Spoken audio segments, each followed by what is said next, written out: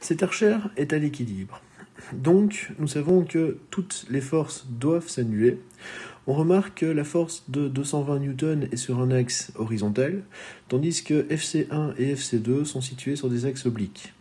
Il va donc falloir les décomposer sur un axe vertical et sur un axe horizontal. Comme l'archer est au repos, nous savons que toutes les forces sur l'axe des X doivent s'annuler et toutes les forces sur l'axe des Y doivent s'annuler.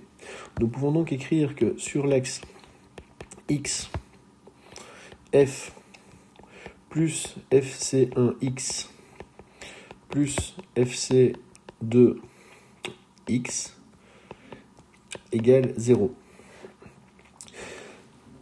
Ces forces ont même direction, mais sont de sens contraire.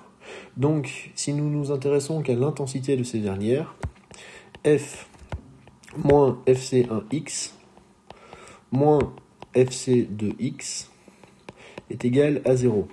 F est donc égal à FC1X plus FC2X.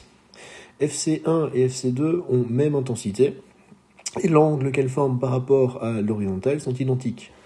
Nous savons donc que FC1X est égal à FC2X. Donc F en intensité est égal à 2 fois FC2X.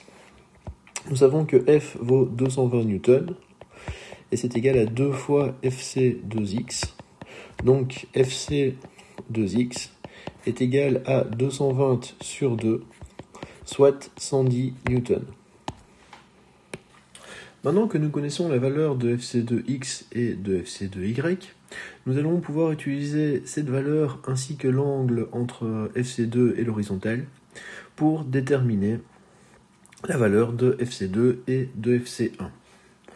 Nous savons que l'angle entre FC2 et l'horizontale vaut 50 degrés. Alors,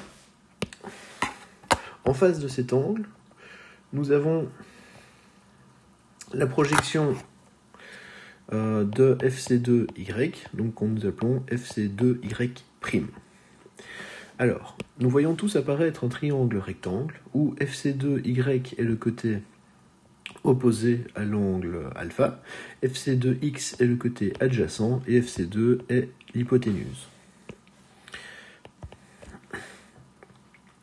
Donc, SOHCAHTOA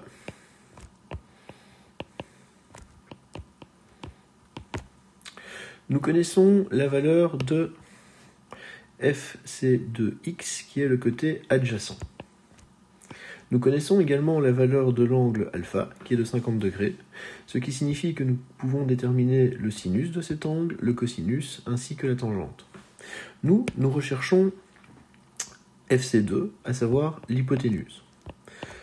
En revanche, ce que nous ne connaissons pas, c'est le côté opposé, à savoir FC2Y. On remarque qu'on va donc devoir utiliser le cosinus pour pouvoir déterminer la valeur de FC2.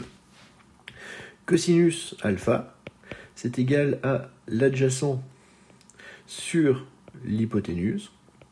Donc ici, le côté adjacent, c'est FC2X. Et l'hypoténuse, c'est FC2. Donc, FC2 est égal à FC2X sur le cosinus alpha. C'est égal à 110 N sur le cosinus de 50. Et nous trouvons comme valeur de FC2 171,12 Newton. Donc maintenant que nous avons trouvé FC2, nous avons aussi trouvé FC1, puisque les deux sont identiques. Nous avons donc fini l'exercice. FC1 est égal à FC2, qui est égal à 171,12 Newton.